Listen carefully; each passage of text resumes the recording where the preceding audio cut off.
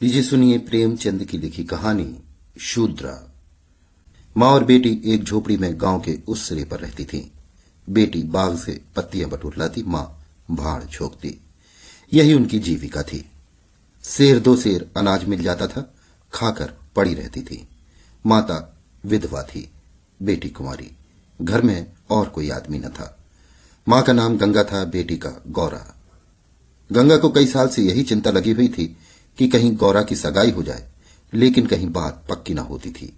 अपने पति के मर जाने के बाद गंगा ने कोई दूसरा घर न किया था, न कोई दूसरा धंधा ही करती थी। इससे लोगों को संदेह हो गया था कि आखिर इसका गुजर कैसे होता है। और लोग तो छाती फाड़ फाड़ कर काम करते हैं, फिर भी पेट भर अन्न मयस्सर नहीं होता। ये स्त्री कोई धंधा नहीं करती, फिर भी माँ बेटी आराम से रहती हैं, किसी के सामने हाथ नहीं फैलाती। इसमें कुछ न कुछ रहस्य अवश्य है। धीरे धीरे ये संदेह और भी दृढ़ हो गया और अब तक जीवित था। बिरादरी में कोई गौरा से सगाई करने पर राजी न होता था। शूद्रों की बिरादरी बहुत छोटी होती है, 10-5 कोस से अधिक उसका क्षेत्र नहीं होता। इसलिए एक दूसरे के गुण दोष किसी से छिपे नहीं रहते, उन पर पर्दा ही डाला जा सकता है। इस भ्रांति को शांत करने के लिए मां ने बेटी के साथ कई तीर्थ यात्राएं की। उड़ीसा तक हुआ, लेकिन संदेह न मिटा।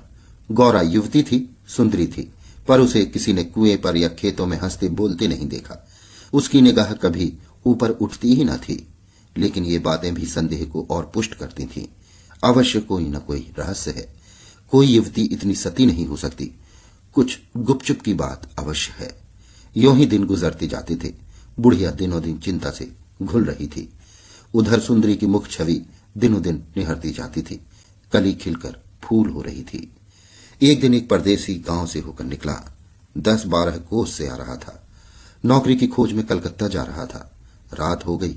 किसी कहार का घर पूछता हुआ गंगा के घर आया। गंगा ने उसका खूब आदर सत्कार किया। उसके लिए गेहूं का आटा लाई, घर से बर्तन निकाल कर दिए। कहार ने पकाया, खाया, लेटा, बातें होने लगी। सगाई की चर्चा छिड़ गई। कहार जवान था, गौरा पर निगाह पड़ी। उसका रंग ढंग देखा, उसकी सजल छवि आंखों में खूब गई। सगाई करने पर राजी हो गया। लौटकर घर चला गया। 2-4 गहने अपनी बहन के यहां से लाया। गांव के बजाज ने कपड़े उधार दे दिए। 2-4 भाई बंदों के साथ सगाई करने आ पहुंचा। सगाई हो गई, यहीं रहने लगा। गंगा बेटी और दामाद को आंखों से दूर न कर सकती थी, परंतु 10 ही 5 दिनों में मगरू के कानों में इधर उधर की बातें पड़ने लगी। सिर्फ बिरादरी ही की नहीं, अन्य जाति वाले भी उनके कान भरने लगे। ये बातें सुन सुनकर मगरू पछताता था कि नाहक यहां फंसा, पर गौरा को छोड़ने का ख्याल कर उसका दिल कांप उठता था। 1 महीने के बाद मंगरू अपनी बहन के गहने लौटाने गया। खाने के समय उसका बहनोई उसके साथ भोजन करने न बैठा। मगरू को कुछ संदेह हुआ। बहनोई से बोला, तुम क्यों नहीं आते? बहनोई ने कहा, तुम खा लो, मैं फिर खा लूंगा। मगरू ने पूछा, बात क्या है? तुम खाने क्यों नहीं उठते? बहनोई, जब तक पंचायत न होगी मैं तुम्हारे साथ कैसे खा सकता हूं? तुम्हारे लिए बिरादरी भी नहीं छोड़ दूंगा। किसी से न पूछा न गाछा, जाकर एक हरजाई से सगाई कर ली। मंगरू चौके पर उठाया, मिर्जाई पहनी और ससुराल चला आया। बहन खड़ी रोती रह गई। उसी रात को वो किसी से कुछ कहे सुने बगैर गौरा को छोड़कर कहीं चला गया। गौरा नींद में मगन थी। उसे क्या खबर थी कि वो रत्न जो मैंने इतनी तपस्या के बाद पाया है, मुझे सदा के लिए छोड़े चला जा रहा है। कई साल बीत गए, मगरू का कुछ पता न चला। कोई पत्र तक न आया। पर गौरा बहुत प्रसन्न थी। वो मांग में सिंदूर डालती, रंग बिरंगे के कपड़े पहनती और अधरों पर मिस्सी के धड़े जमाती। मंगरू भजनों की पुरानी किताब छोड़ गया था। उसे कभी कभी पढ़ती और गाती। मंगरू ने उसे हिंदी सिखा दी थी। टटोल टटोल कर भजन पढ़ लेती थी। पहले वो अकेली बैठी रहती। गांव की और स्त्रियों के साथ बोलते चालते उसे शर्म आती थी। उसके पास वो वस्तु न थी जिस पर दूसरी स्त्रियां गर्व करती थी। सभी अपने अपने पति की चर्चा करती। गौरा का पति कहां था? वो किसकी बातें करती? अब उसके भी पति था। अब वो अन्य स्त्रियों के साथ इस विषय पर बातचीत करने की अधिकारिणी थी। वो भी मगरू की चर्चा करती। मगरू कितना स्नेहशील है, कितना सज्जन, कितना वीर। पति चर्चा से उसे कभी तृप्ति ही न होती थी। स्त्रियां, मंगरू तुम्हें छोड़कर क्यों चले गए? गौरी कहती, क्या करते? मर्द कभी ससुराल में पड़ा रहता है? देश परदेश में निकलकर 4 पैसे कमाना ही तो मर्दों का काम है, नहीं तो मान मर्यादा का निर्वाह कैसे हो? जब कोई पूछता चिट्ठी पत्री क्यों नहीं भेजते, तो हंसकर कहती, अपना पता ठिकाना बताने में डरते हैं। जानते हैं ना, गौरा आकर सिर पर सवार हो जाएगी।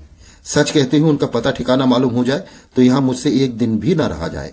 वो बहुत अच्छा करते हैं कि मेरे पास चिट्ठी पत्री नहीं भेजते। बेचारे परदेश में कहां घर गृहस्थी संभालते फिरेंगे। एक दिन किसी सहेली ने कहा, हम न मानेंगे, तुझसे जरूर मंगरू का झगड़ा हो गया है, नहीं तो बिना कुछ कहे सुने क्यों चले जाते। गौरा ने हंसकर कहा, बहन, अपने देवता से भी कोई झगड़ा करता है? वो मेरे मालिक हैं, भला मैं उनसे झगड़ा करूंगी? जिस दिन झगड़े की नौबत आएगी कहीं डूब मरूंगी। मुझसे कहकर जाने पाते, मैं उनके पैरों से लिपट न जाती। एक दिन कलकत्ता से एक आदमी आकर गंगा के घर ठहरा। पास ही के किसी गांव में अपना घर बताया। कलकत्ता में वो मंगरू के पड़ोसी में रहता था। मंगरू ने उसे गौरा को अपने साथ लाने को कहा था। 2 साड़ियां और राह खर्च के लिए रुपए भी भेजे थे। गौरा फूली न समाई, बूढ़े ब्राह्मण के साथ चलने को तैयार हो गई। चलते वक्त वो गांव की सब औरतों से गले मिली। गंगा उसे स्टेशन तक पहुंचाने गई। सब कहते थे, बेचारी लड़की के भाग जग गए, नहीं तो यहां कुड़ कुड़ कर मर जाती। रास्ते भर गौरा सोचती, ना जाने वो कैसे हो गए होंगे। अब तो मूछें अच्छी तरह निकल आई होंगी। परदेश में आदमी सुख से रहता है, देह भर आई होगी, बाबू साहब हो गए होंगे। मैं पहले 2-3 दिन उनसे बोलूंगी नहीं, फिर पूछूंगी, तुम मुझे छोड़कर क्यों चले गए? अगर किसी ने मेरे बारे में कुछ बुरा भला कहा ही था तो तुमने उसका विश्वास क्यों कर लिया? तुम अपनी आंखों से न देखकर दूसरों के कहने पर क्यों गए? मैं भली हूं या बुरी हूं तो तुम्हारी। तुमने मुझे इतने दिनों रुलाया क्यों? तुम्हारे बारे में अगर इसी तरह कोई मुझसे कहता तो क्या मैं तुमको छोड़ देती? जब तुमने मेरी बाह पकड़ ली तो तुम मेरे हो गए। फिर तुम में लाख ऐब हो मेरी बला से। चाहे तुम तुर्क ही क्यों ना हो जाओ, मैं तुम्हें छोड़ नहीं सकती। तुम क्यों मुझे छोड़कर भागे? क्या समझते थे भागना सहज है? आखिर झक मारकर बुलाया कि नहीं? कैसे न बुलाते? मैंने तो तुम्हारे ऊपर दया की कि चली आई, नहीं तो कह देती कि मैं ऐसे निर्दयी के पास नहीं जाती, तो तुम अपने आप दौड़े आते। तब करने से देवता भी मिल जाते हैं, आकर सामने खड़े हो जाते हैं। तुम कैसे ना आते? वो धरती बार बार उद्विग्न होकर बूढ़े ब्राह्मण से पूछती, अब कितनी दूर है? धरती के छोर पर रहते हैं क्या? और भी कितनी ही बातें वो पूछना चाहती थी, लेकिन संकोचवश न पूछ सकती थी। मन ही मन अनुमान करके अपने आप को संतुष्ट कर लेती थी। उनका बड़ा सा मकान होगा। शहर में लोग पक्के घरों में रहते हैं। जब उनका साहब इतना मानता है तो नौकर भी होगा। मैं नौकर को भगा दूंगी। मैं दिन भर पड़े पड़े क्या किया करूंगी? बीच बीच में उसे घर की याद भी आ जाती थी। बेचारी अम्मा रोती होंगी।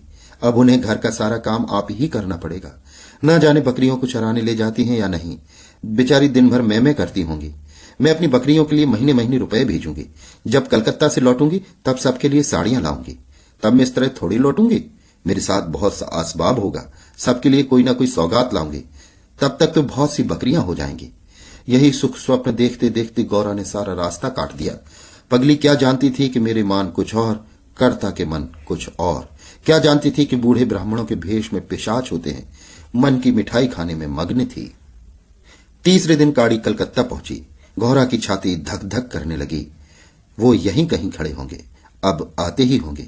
ये सोचकर उसने घूंघट निकाल लिया और संभल बैठी, मगर मगरू वहां न दिखाई दिया। बूढ़ा ब्राह्मण बोला, मगरू तो यहां नहीं दिखाई देता। मैं चारों ओर छान आया, शायद किसी काम में लग गया होगा। आने की छुट्टी न मिली होगी। मालूम भी तो न था कि हम लोग किस गाड़ी से आ रहे हैं। उनकी राह क्यों देखें, चलो डेरे पर चलें। दोनों गाड़ी पर बैठकर चले। गौरा कभी तांगे पर सवार न हुई थी। उसे गर्व हो रहा था कि कितने ही बाबू लोग पैदल जा रहे हैं, मैं तांगे पर बैठी हूं। एक क्षण में गाड़ी मंगरू के डेरे पर पहुंच गई। एक विशाल भवन था, अहाता साफ सुथरा। साइबान में फूलों के गमले रखे हुए थे। ऊपर चढ़ने लगी, विस्मय, आनंद और आशा से। उसे अपनी सुध ही न थी। सीढ़ियों पर चढ़ते चढ़ते पैर दुखने लगे। ये सारा महल उनका है? किराया बहुत देना पड़ता होगा। रुपए को तो वो कुछ समझते ही नहीं। उसका हृदय धड़क रहा था कि कहीं मंगरू ऊपर से उतरते आना रहे हों। सीढ़ी पर भेंट हो गई तो मैं क्या करूंगी? भगवान करे वो पड़े सोते रहे हों, तब मैं जगाऊं और वो मुझे देखते ही हड़बड़ाकर उठ बैठे। आखिर सीढ़ियों का अंत हुआ। ऊपर एक कमरे में गौरा को ले जाकर ब्राह्मण देवता ने बैठा दिया। यही मंगरू का डेरा था। मगर मगरू यहां भी नदारत। कोठरी में केवल एक खाट पड़ी हुई थी। एक किनारे 2-4 बर्तन रखे हुए थे। यही उनकी कोठरी है। तो मकान किसी दूसरे का है। उन्होंने ये कोठरी किराए पर ली होगी। मालूम होता है रात को बाजार में पूरियां खाकर सो रहे होंगे। यही उनके सोने की खाट है। एक किनारे घड़ा रखा हुआ था। गौरा का मारे प्यास के तालू सूख रहा था। घड़े से पानी उड़ेल कर पिया। एक किनारे पर एक झाड़ू रखा था। गौरा रास्ते की थकी थी, पर प्रेमोल्लास में थकान कहां। उसने कोठरी में झाड़ू लगाई, बर्तनों को धो धोकर एक जगह रखा। कोठरी की एक एक वस्तु, यहां तक कि उसकी फर्श और दीवारों में उसे आत्मीयता की झलक दिखाई देती थी। उस घर में भी जहां उसने अपने जीवन के 25 वर्ष काटे थे, उसे अधिकार का ऐसा गौरवयुक्त आनंद न प्राप्त हुआ था। मगर उस कोठरी में बैठे बैठे उसे संध्या हो गई और मगरू का कहीं पता नहीं। अब छुट्टी मिली होगी, सांझ को सब जगह छुट्टी होती है, अब वो आ रहे होंगे। मगर बूढ़े बाबा ने उनसे कह तो दिया ही होगा। वो क्या अपने साहब से थोड़ी देर की छुट्टी न ले सकते थे? कोई बात होगी तभी तो नहीं आए। अंधेरा हो गया, कोठरी में दीपक न था। गौरा द्वार पर खड़ी पति की बाट देख रही थी। जाने पर बहुत से आदमियों के चढ़ने उतरने की आहट मिलती थी। बार बार गौरा को मालूम होता था कि वो आ रहे हैं, पर इधर कोई नहीं आता था। 9 बजे बूढ़े बाबा आए। गौरा ने समझा मगरू है। झटपट कोठरी के बाहर निकल आई। देखा तो ब्राह्मण। बोली, वो कहां रह गए? बूढ़े बाबा, उनकी तो यहां से बदली हो गई। दफ्तर में गया तो मालूम हुआ कि वो अपने साहब के साथ यहां से कोई 8 दिन की राह पर चले गए। उन्होंने साहब से बहुत हाथ पैर जोड़े कि मुझे 10 दिन की मोहलत दे दीजिए, लेकिन साहब ने एक न मानी। मगरू यहां लोगों से कह गए हैं कि घर के लोग आए तो मेरे पास भेज देना। अपना पता दे गए हैं। कल मैं तुम्हें यहां से जहाज पर बिठा दूंगा। उस जहाज पर हमारे देश के और भी बहुत से लोग होंगे, इसलिए मार्ग में कोई कष्ट न होगा। गौरा ने पूछा, कै दिन में जहाज पहुंचेगा? बूढ़े ने कहा, 8-10 दिन से कम न लगेंगे, मगर घबराने की कोई बात नहीं। तुम्हें किसी बात की तकलीफ न होगी। अब तक गौरा को अपने गांव लौटने की आशा थी। कभी न कभी वो अपने पति को वहां अवश्य खींच ले जाएगी, लेकिन जहाज पर बैठकर उसे ऐसा मालूम हुआ कि अब फिर माता को न देखूंगी, फिर गांव के दर्शन न होंगे। देश से सदा के लिए नाता टूट रहा है। देर तक घाट पर खड़ी रोती रही। जहाज और समुद्र देखकर उसे भय हो रहा था। हृदय दहल जाता था। शाम को जहाज खुला। उस समय गौरा का हृदय एक अक्षय भय से चंचल हो उठा। थोड़ी देर के लिए नैराश्य ने उस पर अपना आतंक जमा लिया। न जाने किस देश जा रही हूं, उनसे भेंट भी होगी या नहीं, उन्हें कहां खोजती फिरूंगी, कोई पता ठिकाना भी तो नहीं मालूम। बार बार पछताती थी कि एक दिन पहले क्यों ना चली आई। कलकत्ता में भेंट हो जाती तो मैं उन्हें वहां कभी न जाने देती। जहाज पर और कितने ही मुसाफिर थे, कुछ स्त्रियां भी थीं। उनमें बराबर गाली गलौज होती रहती थी, इसलिए गौरा को उनसे बात करने की इच्छा न होती थी। केवल एक स्त्री उदास दिखाई देती थी। गौरा ने उससे पूछा, तुम कहां जाती हो बहन? उस स्त्री की बड़ी बड़ी आंखें सजल हो गई। बोली, कहां बताऊं बहन, कहां जा रही हूं? जहां भाग्य लिए जाता है वहीं जा रही हूं। तुम कहां जाती हो? गौरा, मैं तो अपने मालिक के पास जा रही हूं। जहां ये जहाज रुकेगा वो वहीं नौकर हैं। मैं कल आ जाती तो उनसे कलकत्ता में ही भेंट हो जाती। आने में देर हो गई। क्या जानती थी कि वो इतने दूर चले जाएंगे, नहीं तो क्यों देर करती। स्त्री, अरे बहन, कहीं तुम्हें भी तो कोई बहका कर नहीं लाया है? तुम घर से किसके साथ आई हो? गौरा, मेरे आदमी ने कलकत्ता से आदमी भेजकर मुझे बुलाया था। स्त्री, वो आदमी तुम्हारी जान पहचान का था? गौरा, नहीं, उस तरफ का एक बूढ़ा ब्राह्मण था। स्त्री, वही लंबा सा दुबला पतला लकलक बूढ़ा जिसकी एक आंख फूली पड़ी हुई है? गौरा, हाँ हाँ वही। क्या तुम उसे जानती हो? स्त्री, उसी दुष्ट ने तो मेरा भी सर्वनाश किया। ईश्वर करे उसकी सातों पुश्तें नरक भोगे, उसका निर्वश हो जाए, कोई पानी देने वाला भी न रहे, कोढ़ी होकर मरे। मैं अपना वृतांत सुनाऊं तो तुम समझोगी कि झूठ है, किसी को विश्वास न आएगा। क्या कहूं, बस यही समझ लो कि इसके कारण मैं न घर की रह गई न घाट की, किसी को मुंह नहीं दिखा सकती। मगर जान तो बड़ी प्यारी होती है। मिरीच के देश जा रही हूं कि वहीं मेहनत मजदूरी करके जीवन के दिन काटूं। गौरा के प्राण नहीं में समा गए। मालूम हुआ जहाज अथाह जल में डूबा जा रहा है। समझ गई बूढ़े ब्राह्मण ने दगा किया। अपने गांव में सुना करती थी कि गरीब लोग मिरीच में भर्ती होने के लिए जाया करते हैं, मगर जो वहां जाता है वो फिर नहीं लौटता। हे भगवान, तुमने मुझे किस पाप का ये दंड दिया? बोली, ये सब क्यों लोगों को इस तरह छलकर मिरीच भेजते हैं? स्त्री, रुपए के लोभ से, और किस लिए? सुनती हूं आदमी पीछे इन सभी को कुछ रुपए मिलते हैं। गौरा, मजूरी? गौरा सोचने लगी, अब क्या करूं? ये आशा नौका जिस पर बैठी हुई वो चली जा रही थी टूट गई, और अब समुद्र की लहरों के सिवा उसकी रक्षा करने वाला कोई न था। जिस आधार पर उसने अपना जीवन भवन बनाया था वो जल मग्न हो गया। अब उसके लिए जल के सिवा और कहां आश्रय है? उसकी अपनी माता की, अपने घर की, अपने गांव की, सहेलियों की याद आती और ऐसी घोर मर्म वेदना होने लगी मानो कोई सर्प अंतःस्थल में बैठा हुआ बार बार डस रहा हो। भगवान, अगर मुझे यही यातना देनी थी तो तुमने जन्म ही क्यों दिया था? तुम्हें दुखिया पर दया नहीं आती? जो पिसे हुए हैं उन्हीं को पीसते हो। करुण स्वर से बोली, तो अब क्या करना होगा बहन? स्त्री, ये तो वहां पहुंचकर मालूम होगा। अगर मजूरी ही करनी पड़ी तो कोई बात नहीं, लेकिन अगर किसी ने कुदृष्टि से देखा तो मैंने निश्चय कर लिया है कि या तो उसी के प्राण ले लूंगी या अपने प्राण दे दूंगी। ये कहते कहते उसे अपना वृतांत सुनाने की वो उत्कृष्ट इच्छा हुई जो दुखियों को हुआ करती है। बोली, मैं बड़े घर की बेटी और उससे भी बड़े घर की बहू हूं, पर अभाग्नि। विवाह के तीसरे ही साल पतिदेव का देहांत हो गया। चित्त की कुछ ऐसी दशा हो गई कि नित्य मालूम होता कि वो मुझे बुला रहे हैं।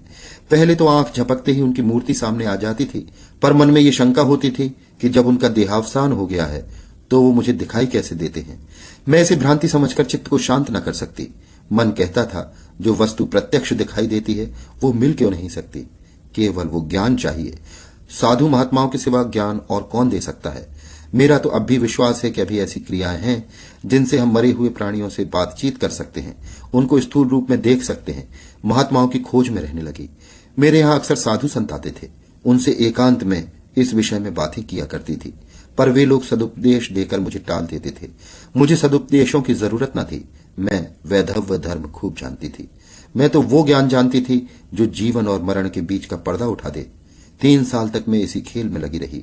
2 महीने होते हैं वही बूढ़ा ब्राह्मण सन्यासी बना हुआ मेरे यहां जा पहुंचा। मैंने इससे वही भिक्षा मांगी। इस धूर्त ने कुछ ऐसा माया जाल फैलाया कि आंखें रहते हुए भी फंस गई। अब सोचती हूं तो अपने ऊपर आश्चर्य होता है कि मुझे उसकी बातों पर इतना विश्वास क्यों हुआ। मैं पति दर्शन के लिए सब कुछ झेलने को, सब कुछ करने को तैयार थी। इसने रात को अपने पास बुलाया। मैं घर वालों से पड़ोसियों के घर जाने का बहाना करके इसके पास गई। एक पीपल से इसकी धुई जल रही थी। उस विमल चांदनी में ये जटाधारी ज्ञान और योग का देवता सा मालूम होता था। मैं आकर धुई के पास खड़ी हो गई। उस समय यदि बाबाजी मुझे आग में कूद पड़ने की आज्ञा देते तो मैं तुरंत कूद जाती। इसने मुझे बड़े प्रेम से बिठाया और मेरे सिर पर हाथ रखकर न जाने क्या कर दिया कि मैं बेसुध हो गई। फिर मुझे कुछ नहीं मालूम कि मैं कहां गई, क्या हुआ। जब मुझे होश आया तो मैं रेल पर सवार थी। जी में आया कि चिल्लाऊं, पर यह सोचकर कि अब गाड़ी रुक भी गई और मैं उतर भी पड़ी तो घर में घुसने न पाऊंगी। मैं चुपचाप बैठी रह गई। मैं परमात्मा की दृष्टि से निर्दोष थी, पर संसार की दृष्टि में कलंकित हो चुकी थी। रात को किसी युवती का घर से निकल जाना कलंकित करने के लिए काफी था। जब मुझे मालूम हो गया कि सब मुझे टापू भेज रहे हैं तो मैंने जरा भी आपत्ति नहीं की। मेरे लिए अब सारा संसार एक सा है। जिसका संसार में कोई ना हो उसके लिए क्या भय। उसका तो जीना और मरना दोनों बराबर है, बल्कि मर जाने से जीवन की विपत्तियों का तो अंत हो जाएगा। गौरा ने सोचा, इस स्त्री में कितना धैर्य और साहस है, फिर मैं क्यों इतनी कातर और निराश हो रही हूं। जब जीवन की अभिलाषाओं का अंत हो गया तो जीवन के अंत का क्या डर। बोली, बहन, हम और तुम एक जगह रहेंगे। मुझे तो अब तुम्हारा ही भरोसा है। स्त्री ने कहा, भगवान का भरोसा रखो और मरने से मत डरो। सघन अंधकार छाया हुआ था। ऊपर काला आकाश था, नीचे काला जल। गौरा आकाश की ओर ताक रही थी, उसकी संगनी जल की ओर। उसके सामने आकाश की कुसुम थे, इसके चारों ओर अनंत अखंड अपार अंधकार था। जहाज से उतरते ही एक आदमी ने यात्रियों के नाम लिखने शुरू किए। इसका पहनावा तो अंग्रेजी था, पर बातचीत से हिंदुस्तानी मालूम होता था। गौरा सिर झुकाए अपनी संगिनी के पीछे खड़ी थी। उस आदमी की आवाज सुनकर वो चौंक पड़ी। उसने दबी आंखों से उसकी ओर देखा। उसके समस्त शरीर में सनसनी दौड़ गई। क्या स्वप्न तो नहीं देख रही हूं। आंखों पर विश्वास न आया। फिर उस पर निगाह डाली।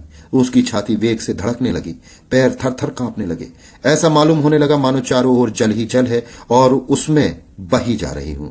उसने अपनी संगिनी का हाथ पकड़ लिया, नहीं तो जमीन में गिर पड़ती। उसके सम्मुख वही पुरुष खड़ा था जो उसका प्राणधार था और जिससे इस जीवन में भेंट होने की उसे लेश मात्र भी आशा न थी। ये मंगरू था, इसमें जरा भी संदेह न था।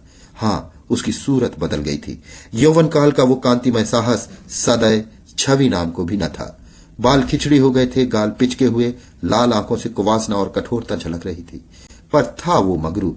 गौरा के जी में प्रबल इच्छा हुई कि स्वामी के पैरों से लिपट जाऊं। चिल्लाने का जी चाहा, पर संकोच ने मन को रोका। बूढ़े ब्राह्मण ने बहुत ठीक कहा था। स्वामी ने अवश्य मुझे बुलाया था और आने से पहले यहां चले आए। उसने अपनी संगिनी के कान में कहा, बहन, तुम उस ब्राह्मण को व्यर्थ ही बुरा कह रही थी। यही तो वो है जो यात्रियों के नाम लिख रहे हैं। स्त्री, सच? खूब पहचानती हो? गौरा, बहन, क्या इसमें भी हो सकता है? स्त्री, तब तो तुम्हारे भाग जग गए। मेरी भी सुध लेना। गौरा, भला बहन, ऐसा भी हो सकता है कि यहां तुम्हें छोड़ दूं। मंगरू यात्रियों से बात बात पर बिगड़ता था, बात बात पर गालियां देता था। कई आदमियों को ठोकर मारे और कई को केवल गांव का जिला न बता सकने के कारण धक्का देकर गिरा दिया। गौरा मन ही मन गड़ी जाती थी, साथ ही अपने स्वामी के अधिकार पर उसे गर्व भी हो रहा था। आखिर मगरू उसके सामने आकर खड़ा हो गया और कुचेष्टापूर्ण नेत्रों से देखकर बोला, तुम्हारा क्या नाम है? गौरा ने कहा, गौरा। मगरू चौंक पड़ा, फिर बोला, घर कहां है? मधुपुर, जिला बनारस। ये कहते कहते हंसी आ गई। मगरू ने अब की उसकी ओर ध्यान से देखा, तब लपककर उसका हाथ पकड़ लिया और बोला, गौरा तुम यहां कहां? मुझे पहचानती हो? गौरा रो रही थी, मुंह से बात न निकलती। मगरू फिर बोला, तुम यहां कैसे आई? गौरा खड़ी हो गई, आंसू पोंछ डाले और मगरू की ओर देखकर बोली, तुम्ही ने तो बुला भेजा था। मगरू, मैं तो 7 साल से यहां हूं। गौरा, तुमने उस बूढ़े ब्राह्मण से मुझे लाने को नहीं कहा था। मगरू, कह तो रहा हूं मैं 7 साल से यहां हूं, मरने पर ही यहां से जाऊंगा। भला तुम्हें क्यों बुलाता? गौरा को मगरू से इस निष्ठुरता की आशा न थी। उसने सोचा, अगर ये सत्य भी हो कि इन्होंने मुझे नहीं बुलाया तो भी इन्हें मेरा यूं अपमान न करना चाहिए था। क्या वो समझते हैं कि मैं इनकी रोटियों पर आई हूं? ये तो इतने ऊंचे स्वभाव के न थे, शायद दर्जा पाकर इन्हें मद हो गया है। नारी सुलभ अभिमान से गर्दन उठाकर उसने कहा, तुम्हारी इच्छा हो तो अब यहां से लौट जाऊं, तुम्हारे ऊपर भार नहीं बनना चाहती। मगरू कुछ लज्जित होकर बोला, अब तुम यहां से लौट नहीं सकती गौरा, यहां आकर बिरला ही कोई लौटता है। ये कहकर वो कुछ देर चिंता में मग्न रहा, मानो संकट में पड़ा हुआ हो कि करना क्या चाहिए। उसकी कठोर मुखाकृति पर दीनता का रंग झलक पड़ा। तब कातर स्वर से बोला, जब आ ही गई हो तो रहो, जैसी कुछ पड़ेगी देखी जाएगी। गौरा, जहाज फिर कब लौटेगा? मगरू, तुम यहां से 5 बरस के पहले नहीं जा सकती। गौरा, क्यों, क्या कुछ जबरदस्ती है? मगरू, हां, यहां का यही हुक्म है। गौरा, तो फिर मैं अलग मजूरी करके अपना पेट पालूंगी। मगरू ने सजल नेत्र होकर कहा, जब तक मैं जीता हूं तुम मुझसे अलग नहीं रह सकती। गौरा, तुम्हारे ऊपर भार बनकर न रहूंगी। मगरू, मैं तुम्हें भार नहीं समझता गौरा, लेकिन यह जगह तुम जैसी देवियों के रहने लायक नहीं है। नहीं तो अब तक मैंने तुम्हें कब का बुला लिया होता। वही बूढ़ा आदमी जिसने तुम्हें बहकाया मुझे घर से आते समय पटने में मिल गया और झांसे देकर मुझे यहां भर्ती कर दिया। तब से यहीं पड़ा हुआ हूं। चलो मेरे घर में रहो, वहां बातें होंगी। ये दूसरी औरत कौन है? गौरा, ये मेरी सखी है, इन्हें भी बूढ़ा बहका लाया। मगरू, ये तो किसी कोठी में जाएंगे। इन सब आदमियों की बांट होगी, जिसके हिस्से में जितने आदमी आएंगे उतने हर कोठी में भेजे जाएंगे। गौरा, ये तो मेरे साथ रहना चाहती हैं। मगरू, अच्छी बात है, इन्हें भी लेती चलो। यात्रियों के नाम तो लिखे ही जा चुके थे। मगरू ने उन्हें एक चपरासी को सौंपकर दोनों औरतों के साथ घर की राह ली। दोनों ओर सघन वृक्षों की कतारें थीं। जहां तक निगाह जाती थी ऊख ही ऊख दिखाई देती थी। समुद्र की ओर से शीतल निर्मल वायु के झोंके आ रहे थे। अत्यंत सुरम्य दृश्य था, पर मगरू की निगाह उस ओर न थी। वो भूमि की ओर ताकता, सिर झुकाए संदिग्ध चाल से चला जा रहा था, मानो मन ही मन कोई समस्या हल कर रहा था। थोड़ी ही दूर गए थे कि सामने से 2 आदमी आते हुए दिखाई दिए। समीप आकर दोनों रुक गए और एक ने हंसकर कहा, मगरू, इनमें से एक हमारी है। दूसरा बोला, और दूसरी मेरी। मगरू का चेहरा तमतमा उठा था। भीषण क्रोध से कांपता हुआ बोला, ये दोनों मेरे घर की औरतें हैं, समझ गए? इन दोनों ने जोर से कह कहा मारा और एक ने गौरा के समीप आकर उसका हाथ पकड़ने की चेष्टा करके कहा, ये मेरी हैं, चाहे तुम्हारी घर की हो चाहे बाहर की। बच्चा, हमें चकमा देते हो? मगरू, कासिम, इन्हें मत छेड़ो, नहीं तो अच्छा ना होगा। मैंने कह दिया मेरे घर की औरतें हैं। मगरू की आंखों से अग्नि की ज्वाला सी निकल रही थी। वो दोनों उसके मुख का भाव देखकर कुछ सहम गए और समझ लेने की धमकी देकर आगे बढ़े, किंतु मगरू के अधिकार क्षेत्र से बाहर पहुंचते ही एक ने पीछे से ललकार कर कहा, देखे कहां लेके जाते हो? मगरू ने उधर ध्यान नहीं दिया, जरा कदम बढ़ाकर चलने लगा।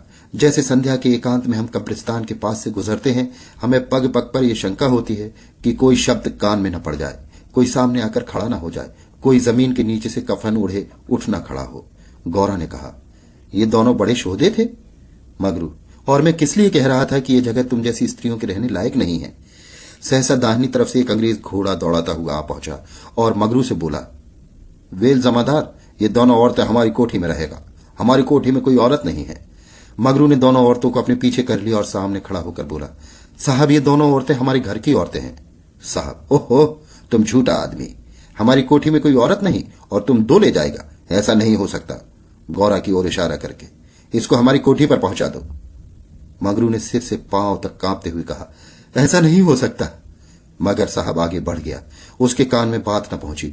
उसने हुक्म दे दिया था और उसकी तामील करना जमादार का काम था। शेष मार्ग निर्विघ्न समाप्त हुआ। आगे मजूरों के रहने की मिट्टी के घर थे। द्वारों पर स्त्री पुरुष जहां तहां बैठे हुए थे। सभी इन दोनों स्त्रियों की ओर घूरते थे और आपस में इशारे करते हंसते थे। गौरा ने देखा उनमें छोटे बड़े का लिहाज नहीं है, न किसी की आंखों में शर्म है। एक भदेसल औरत ने हाथ पर चिलम पीते हुए अपनी पड़ोसिन से कहा, 4 दिन की चांदनी फिर अंधेरा पाक। दूसरी अपनी चोटी गूंथती हुई बोली, कल और है ना।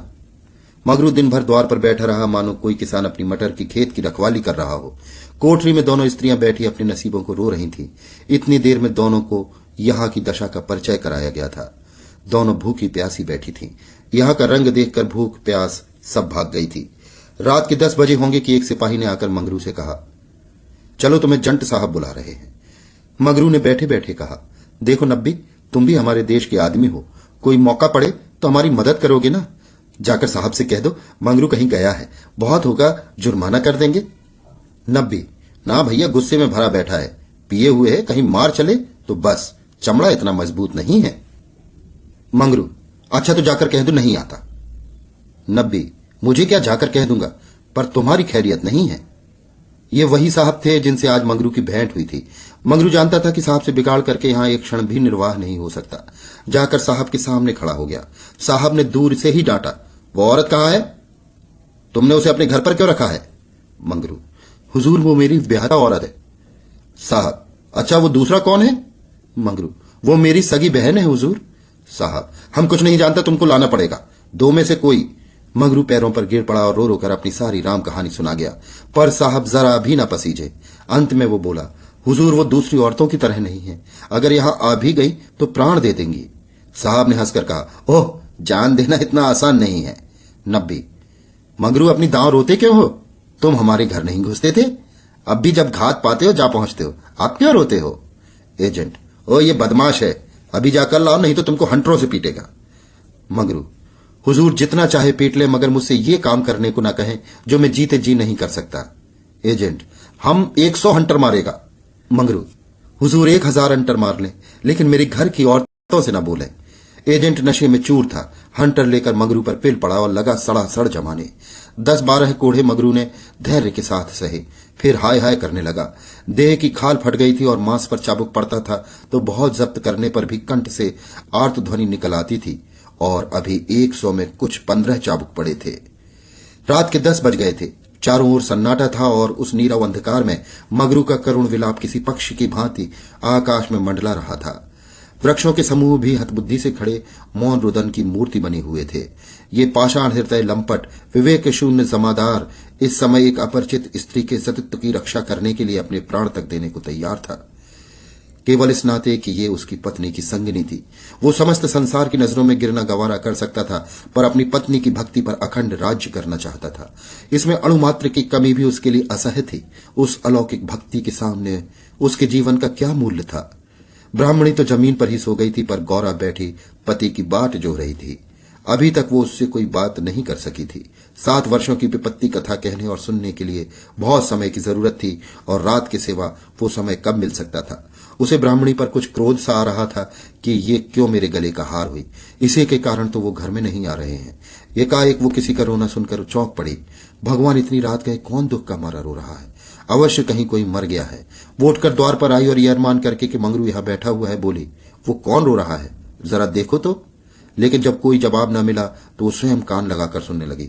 सहसा उसका कलेजा धक्क से हो गया। ये तो उन्हीं की आवाज है। अब आवाज साफ सुनाई दे रही थी, मंगरू की आवाज थी। वो द्वार के बाहर निकल आई। उसके सामने एक गोली के अंपे पर एजेंटों का बंगला था। उसी तरफ से आवाज आ रही थी, कोई उन्हें मार रहा है।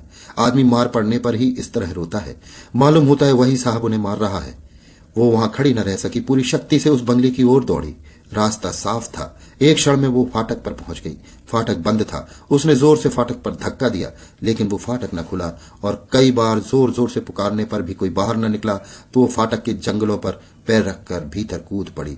और उस पार जाते ही उसने एक रोमांचकारी दृश्य देखा। मंगरू नंगे बदन बरामदे में खड़ा था और एक अंग्रेज उसे हंटरों से मार रहा था।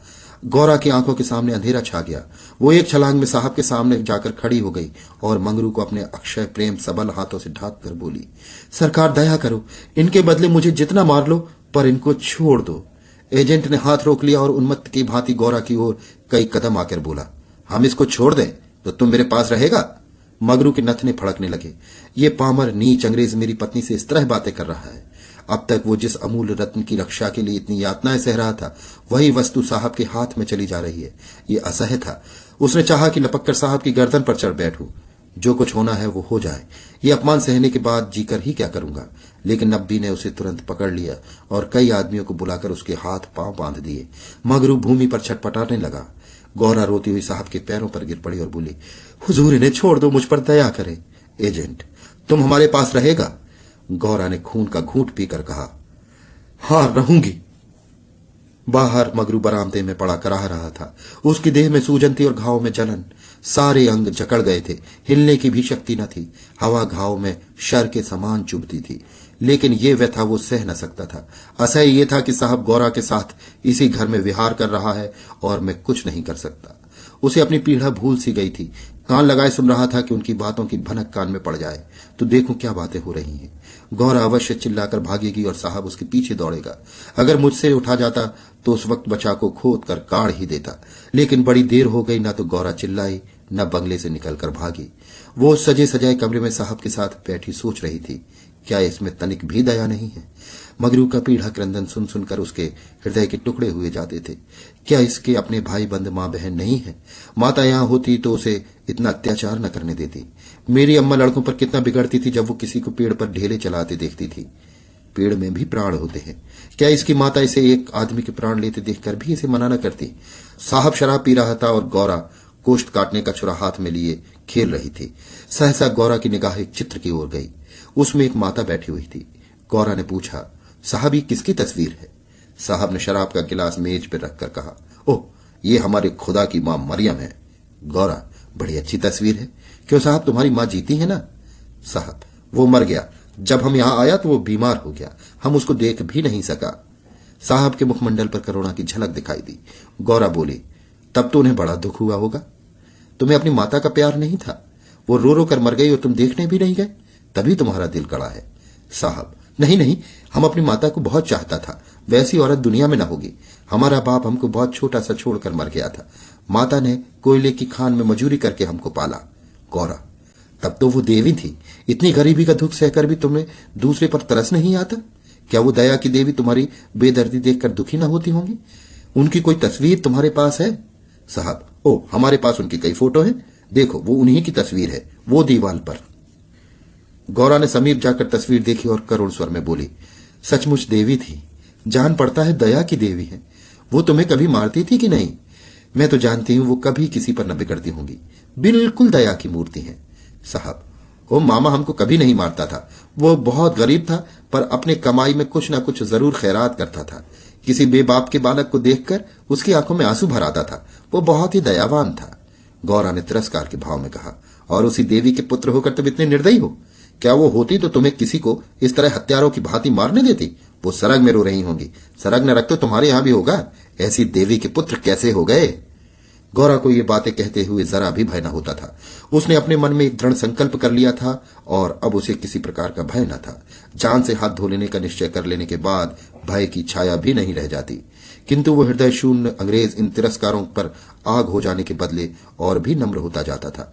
गौरा मानवीय भावों से कितनी ही अनभिज्ञ हो, पर इतना जानती थी कि अपनी जननी के लिए प्रत्येक हृदय में, चाहे वो साधु का हो या कसाई का, आदर और प्रेम का एक कोना सुरक्षित रहता है।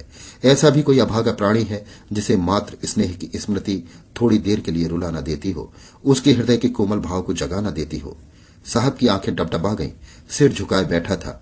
गौरा ने उसी ध्वनि में कहा, तुमने उनकी सारी तपस्या धूल में मिला दी। जिस देवी ने मर मर कर तुम्हारा पालन किया, उसी को मरने के पीछे इतना कष्ट देते हो? क्या इसीलिए माता अपने पुत्र को अपना रक्त पिला पिलाकर पालती है? अगर वो बोल सकती तो क्या चुप बैठी रहती? तुम्हारे हाथ पकड़ सकती तो ना पकड़ती? मैं तो समझती हूं वो जीती होती तो इस वक्त विष खाकर मर जाती। साहब अब जब्त न कर सके। नशे में क्रोध की भांति ग्लानि का वेग सहज ही में उठाता है। दोनों हाथों से मुंह छिपाकर साहब ने रोना शुरू किया और इतना रोया कि हिचकी बंध गई। माता के चित्र के सम्मुख जाकर वो कुछ देर खड़ा रहा, मानो माता से क्षमा मांग रहा हो। तब आकर आर्द्र कंठ से बोला, हमारी माता को अब कैसे शांति मिलेगी? हाय हाय, हमारे सबब से उसको स्वर्ग में भी सुख नहीं मिला। हम कितना अभागा है। गौरा, अभी जरा देर में तुम्हारा मन बदल जाएगा, फिर तुम दूसरों पर अत्याचार करने लगोगे। साहब, नहीं नहीं, अब हम ममा को कभी दुख नहीं देगा। हम अभी मंगरू को अस्पताल भेजता है। रात ही को मंगरू को अस्पताल पहुंचा दिया गया। एजेंट खुद उसको पहुंचाने आया। गौरा भी उसके साथ थी। मंगरू को ज्वर हुआ आया था, बेहोश पड़ा हुआ था। मंगरू ने 3 दिन आंखें न खोली और गौरा तीनों दिन उसके पास बैठी रही। एक क्षण के लिए भी वहां से न हटी। एजेंट भी कई बार हालचाल पूछने आ जाता और हर मर्तबा गौरा से क्षमा मांगता। चौथे दिन मंगरू ने आंखें खोली तो देखा गौरा सामने बैठी हुई है। गौरा उसे आंखें खोलते देखकर पास आ खड़ी हुई और बोली, अब कैसा जी है? मंगरू ने कहा, तुम यहां कब आई? गौरा, मैं तो तुम्हारे साथ ही आई थी, तब से यही हूं। मंगरू, साहब के बंगले में क्या जगह नहीं है? गौरा, अगर बंगले की चाह होती तो 7 समुद्र तुम्हारे पास क्यों आती? मंगरू, आकर कौन सा सुख दे दिया? तुम्हें यही करना था तो मुझे मर क्यों न जाने दिया? गौरा ने झुंझलाकर कहा, तुम इस तरह की बातें मुझसे ना करो। ऐसी बातों से मेरी देह में आग लग जाती है। मंगरू ने मुंह फेर लिया, मानो उसे गौरा की बात पर विश्वास नहीं आया। दिन भर गौरा मंगरू के पास बेदाना पड़ी रही। गौरा ने कई बार उसे बुलाया लेकिन वो चुप्पी साधे रहा। ये संदेह युक्त निराधर कोमल हृदय गौरा के लिए असह्य था। जिस पुरुष को वो देवतुल्य समझती थी, उसके प्रेम से वंचित होकर वो कैसे जीवित रह सकती थी? यही प्रेम उसके जीवन का आधार था। उसे खोकर अब वो अपना सर्वस्व खो चुकी थी। आधी रात से अधिक बीत चुकी थी। मंगरू बेखबर सोया हुआ था। शायद वो कोई स्वप्न देख रहा था। गौरा ने उसके चरणों पर सिर रखा और अस्पताल से निकली। मंगरू ने उसका परित्याग कर दिया था। वो भी उसका परित्याग करने जा रही थी। अस्पताल के पूर्व दिशा में एक फरलांग पर एक छोटी सी नदी बहती थी। गौरा उसके कगार पर खड़ी हो गई। अभी कई दिन पहले वो अपने गांव में आराम से पड़ी हुई थी।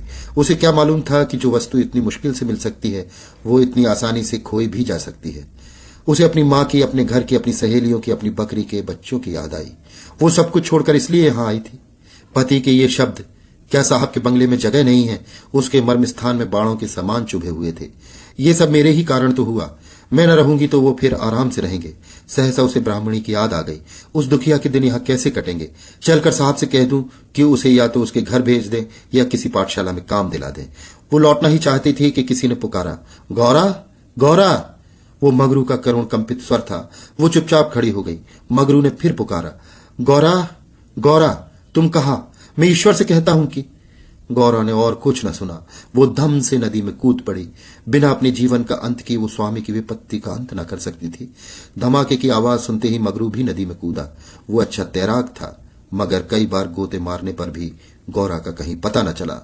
प्रातःकाल दोनों लाशें साथ साथ नदी में तैर रही थी। जीवन यात्रा में उन्हें वो चिर संग कभी न मिला था। स्वर्ग यात्रा में दोनों साथ साथ जा रहे थे। अभी आप सुन रहे थे प्रेमचंद की लिखी कहानी।